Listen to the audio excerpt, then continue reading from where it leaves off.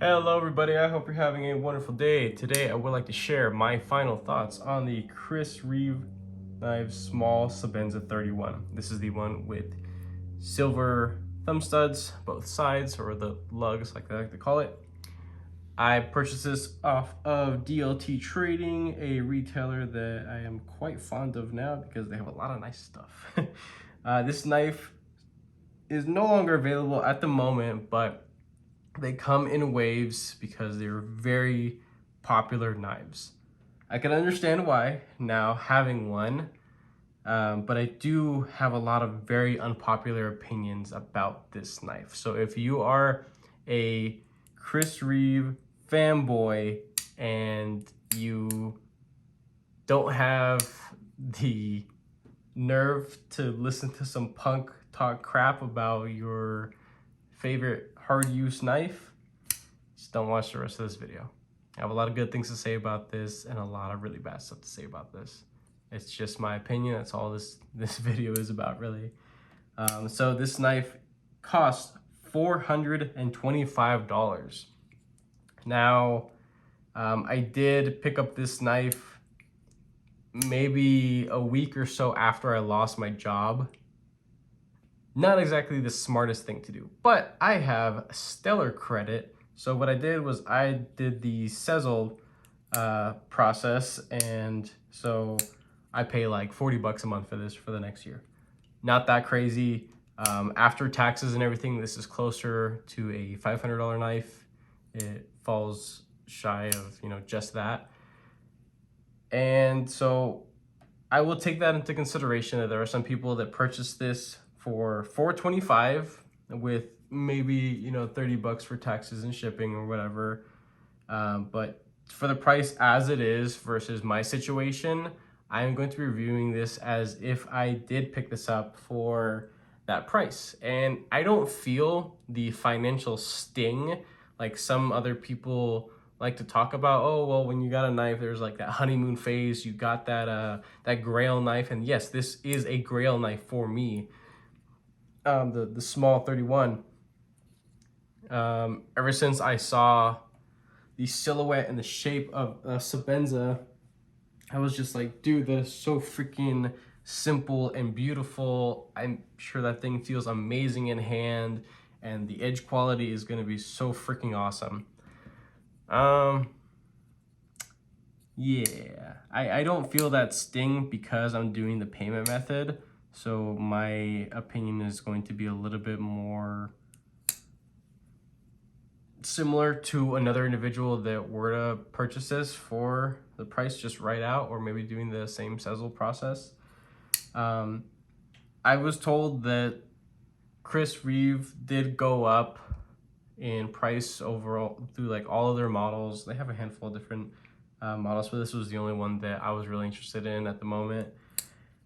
And so I suppose I did come in at a bad time to actually pick one up because of the price jump. I don't believe it was a significant price jump, but one regardless. Now, let's get into a couple of specs. I will be pulling this off of DLT Trading. Overall length is 6.98 inches. Closed length is 3.98. Blade length, 2.99. Blade steel, S45 VN. Plate style, drop point, handle material, titanium with a awesome finish. I love this. I love the look. I love how it feels. It's super chalky and gritty feeling. It's very different from a lot of my other titanium knives in my collection, but this is a standout. It is very unique feeling. Love it. And right hand only tip up carry with a little fob thing here at the end, and a weight of 3 ounces, made in the USA. Alrighty, so I'm gonna put my laptop away for a second. So I had it off here to the side. Let's bring out some size comparison knives that I typically use. They are well loved and a lot of people know them, and there goes my table. So this is the Civivi Knives Elementum. This was the knife that I wanted it to be like, and it's pretty darn close because of this finger toilet area. The Sebenza does have a little bit more cutting edge further down, but not much. And then handle is about the same, and honestly about the same thickness too. I will say that my Elementum, while being significantly older, heavily modified, and sharpened many, many times, it cuts better than the Sebenza. This is over here, my Benchmade bug out. Very similar in length. The Benchmade bug out is a little bit longer in handle, and I think a little bit longer in blade. Yeah, just a little bit longer in blade, not by much, nothing too significant. A couple more here. Osborne 940. It's definitely larger than the 31 small. Let's do my Hogue Doug Ritter. Full size is definitely dwarfs the small 31. Spyderco Para 3. More handle length on the Para 3, but less cutting as it is with most knives that it's compared to. But it is still a well-loved knife for sure. Last but not least is my Demco 80 20.5. So definitely a larger handle, and while the blade shape is very different, the cutting edge is close. So there's that. Getting those guys out of the way and off to the side, I'll be going through, I guess, what I think about this knife overall. And my review process of this knife wasn't too different from how I review my other knives, because there were some things that I needed to take into consideration once I got this knife. Now, this brand has a lot of really bold claims. The bank vault lockup, the aerospace grade tolerances, the super high-end made in America kind of feel, where Chris Reeve Knives, the company, they only employ, bald eagles that, have tattoos of American flags stamped on their forehead. Yeah, it's just, when I got it, it was really exciting because it was my first time ever experiencing this. But after use, it just daily tasks around the house, cutting some stuff up in the kitchen, nothing too crazy. I wasn't going through bone or anything like that. I'm talking like basic veggies, sandwich making, bagel cutting, maybe cutting open a bag of soil, plastic. Not doing any kind of hard use. A lot of paper, a lot of cardboard, just for shits and giggles. I do buy a lot of stuff online, and I love to shred up cardboard because I got nothing better to do at this moment. It didn't feel like anything special. This is a very, very underwhelming knife for me. And while there are many things about this that I can appreciate, I'll go through them right now. This was a very underwhelming purchase for me, and I regret ever thinking of this as a grail knife, because it's not anymore, in my opinion.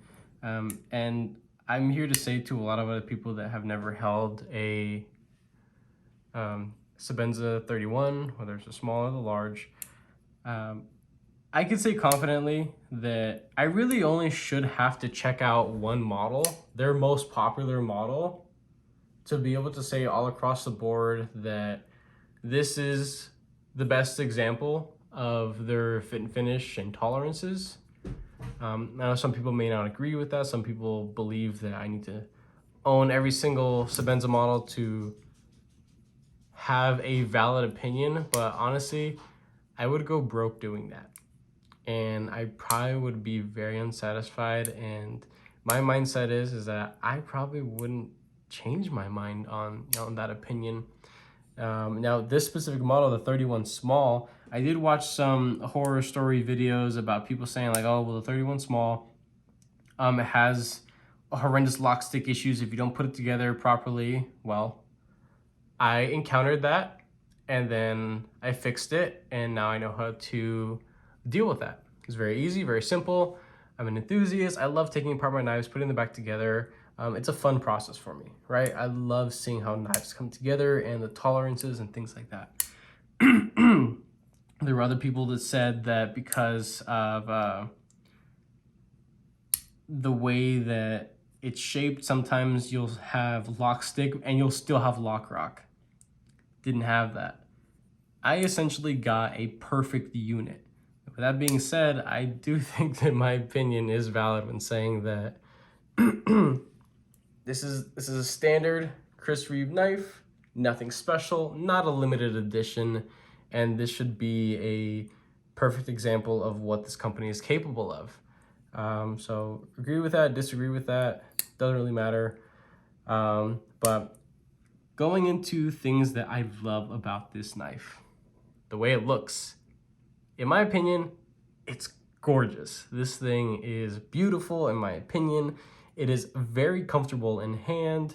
The jimping on this, it is the most attractive jimping I have ever seen. I don't know what it is, but it's finished so well. It's so consistent. The only downside is that when actually using this knife, my thumb goes a little bit past it, so I don't really interact with it. That's fine, it's not a big deal. The way that the spine is rounded here, love it. Premium feeling, premium looking, it's beautiful. I already talked about the finish, but that's just a finish. I haven't ever seen this on any other company or offered by any other brand. So it's a proprietary thing, I'm assuming, but it's probably something that could be done aftermarket at your own risk, of course. So there's that. I love the finish of this. A little bit weird, but the hardware on this, it is so high quality and the threads are so smooth. When I first took this apart, put the little Allen key that comes with it, put it in there, and I gave it a little twist, made a little crack, and then it became loose. And I kid you not, the Allen key just spun. With me going like this, the Allen key just spun in place. I was just like, what the hell? I have never seen that before. The threads must be like super crazy loose. They're not actually super crazy loose. I was checking out the threads on, you know, the both male and female end of it, and everything is machined beautifully. So that is absolutely wonderful. Nothing I've ever encountered with any other brand for sure. A little frustrating. I did try to take out the pocket clip. This pocket clip is like cemented in there. I can't get it out, and I'm not about to take pliers to an almost $500 knife. I'm sorry. And that's really it about what I love about this knife. It's just its overall look, beautiful. The quality, fit and finish, and tolerances, it's absolutely wonderful. But I do have a handful of negatives to say about this knife. Now, I did watch some people talk about, you know, this little thing they got going on back here that comes with it installed. You can't remove it unless you chop it off or you disassemble the knife to remove the pin that it's in. Now, I will say that that little rattle on my model, it's not that bad. I can hear it if it goes up and down. And if I don't have everything perfectly screwed down all the way, it does rattle a little bit. I have heard other people talk about like the lanyard tube rattle is horrendous, and they just immediately when they get a new Sebenza, they just take it out and trash it because it's just not worth it. But then other people were saying that it drops the value of the knife. If you were to go and put this up on like NAF sale, for example, which you know, if and when I feel like this knife is no longer of use to me or interest to me, that'll be the platform that I put this on. I will be discounting it because, you know, it has been used. I do still have the original box and all the goodies that came inside with it. But I mean, I haven't removed this lanyard tube pin I've kept it on there, and that's honestly kind of disappointing that just keeping it on there, it's destroying itself. As you can see down here, this is all chewed up and frayed from it just being there. So in my opinion, this doesn't really need to be here anymore. I don't, and probably a lot of other people would agree too, that just don't put a hole there anymore. Just have it solid. Or, you know, if you do still want to manufacture it with a hole, just don't include, you know, this little thing, because honestly, a lot of people are just taking it off. Now, I can see the use of it because I interact with this little guy many, many times as I pull it out of my pocket. This is the first thing that I interact with, right? Get my hand, my pinky and ring finger, wrap around it, and I get the knife out. And with the size of the knife, my thumb is already positioned for the most part to be able to, you know, slow roll or get my nail behind it and kick out the blade. So that's why I haven't taken it off, because I actually use it. I'm not a fan of lanyards or tabs or fobs or whatever. I don't have them on any other of my knives, but I figured, let me use this knife how it was intended to be carried. So there's that. Pocket clip. It looks pretty heavy duty, but it's not. It's machined in such a way where it's actually has a pretty healthy tension on it, but it's nothing too crazy. Goes into the pocket rather well. Going to the thumb studs, the Sebenza thumb syndrome or whatever people were talking about. I get that, and I got it for a little bit where I was just playing with this knife so much that my thumb was just hurting a lot. But I'm thankful I did pick up the double-sided thumb lugged one, because I honestly prefer reverse flicking this more than anything. It's satisfying. It's, you know, very, very smooth. It's not drop shutty like you would expect, so I don't consider that to be, you know, a fault of this knife. It's not supposed to be drop shutty. There's no advertisement that, you know, it's supposed to be that. This is supposed to be super tight tolerances, slow roll preferably, but possible to flick out, right? And I'm always gonna flick this thing out, but once in a while, it does feel kind of nice to just, you know, just kind of roll it out. But those studs, yeah, they are sharp, and I understand that now. I will say that I did try operating this knife with some like work gloves. There were some nylon. Was it nylon? Yeah, they're like nylon gloves and nylon, vinyl, and like leather gloves. It's all right. The thicker the glove material gets, the harder and harder it is to open this thing. And it just kind of sucks because like this is marketed as a super hard use, you know, work knife. Well, I don't do any kind of work like that would require me to wear gloves like that. But I will say that I'd be pretty frustrated if I was a trade worker and I wore thick leathered gloves, because this knife is ass when it comes to operation. But you know what, at least disengaging it is pretty easy. It's very comfortable. Everything's smooth down in here. The way it's finished off, it's wonderful. It is. I think that the phosphor bronze washers in here, I think they're pretty cool looking, the way that they're constructed. They're a little bit different than on the large 31. The holes to trap like debris material, they're just a little bit different. I'm not gonna take this apart on camera in this video because it's already getting kind of a long video. But it's cool, pretty easy to maintain. This is a great knife. It's just, this costs a lot. Like, this really does cost a lot for what's here in front of me. The edge was usable out of the box, but it wasn't good. I've had sharper knives with a more consistent edge at the $50 price point. That is embarrassing. That is absolutely embarrassing.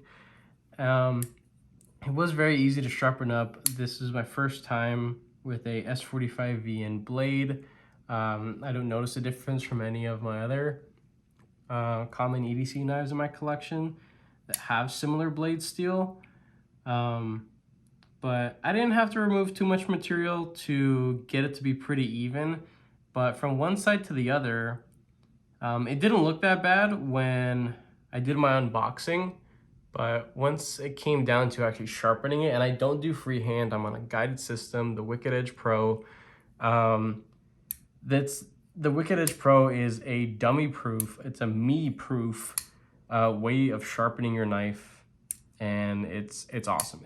I'm very, very skilled at using that thing. I've used it for so many knives within my collection, other people's collection, and even like larger like cooking knives. And it made very short work of this, which is cool.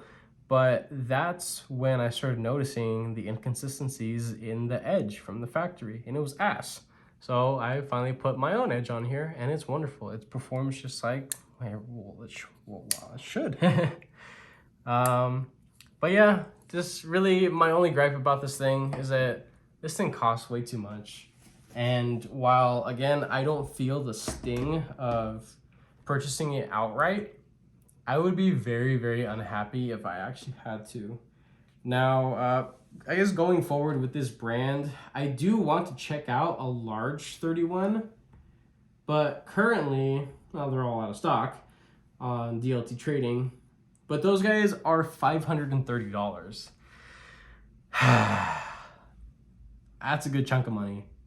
It is. And it's, at the moment, it's not something that even with Sezzle I would be considering. If anybody's out there that would let me check their large 31 out, promise I'll take care of it. Let me know, because that would be pretty awesome. I would love to check out a full size just to see how it is. I'm loving the small one and the size of it, and just I love so many things about this knife, but that price is ouch. That is not good. This feels like a $300 knife, and that's a stretch.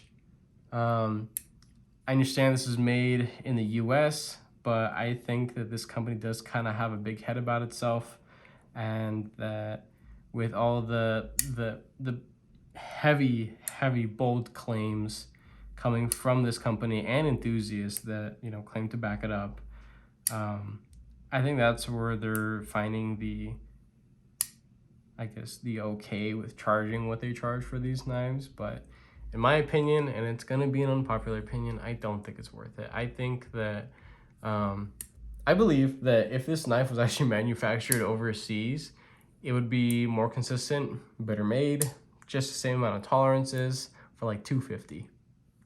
Yeah. So that's my opinion. If it was made in the US, I would take this thing all day for 300 bucks. But for what I got it for what they're selling, $425, that's a good chunk of money. And about $100 of that is just, it's a no-go for me. This knife, if you really, really love it, and this is only gonna be for enthusiasts, get it, go for it. I think it's wonderful to have in your collection, and your opinion on knives will be just a little bit more validated because you've spent the money on a knife like this and you've experienced it. And I appreciate a whole lot of things about this knife, but that price is one thing that I know a lot of people aren't happy about, and I'm one of those people. I completely disagree. I don't recommend this knife, not at that price point. If you can get this on the aftermarket for, you know, 50, 60, maybe even $100 off, go for it. But brand new, ouch. Yeah, this thing kind of sucks.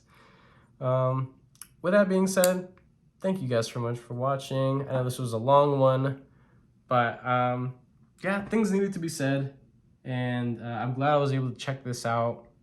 It may or may not be staying in my collection. For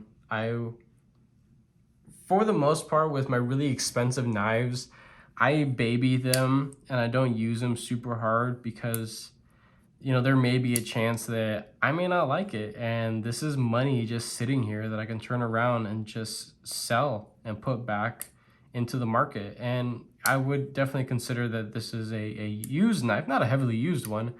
If I were to put this on NAF sale, this thing sells brand new for $425. I would put this up on NAF sale probably for like $390, maybe $380, depending on, you know, how much how much longer I hold on to this. But yeah, so there's that. Again, thank you guys for watching. I really appreciate all of you. Take care.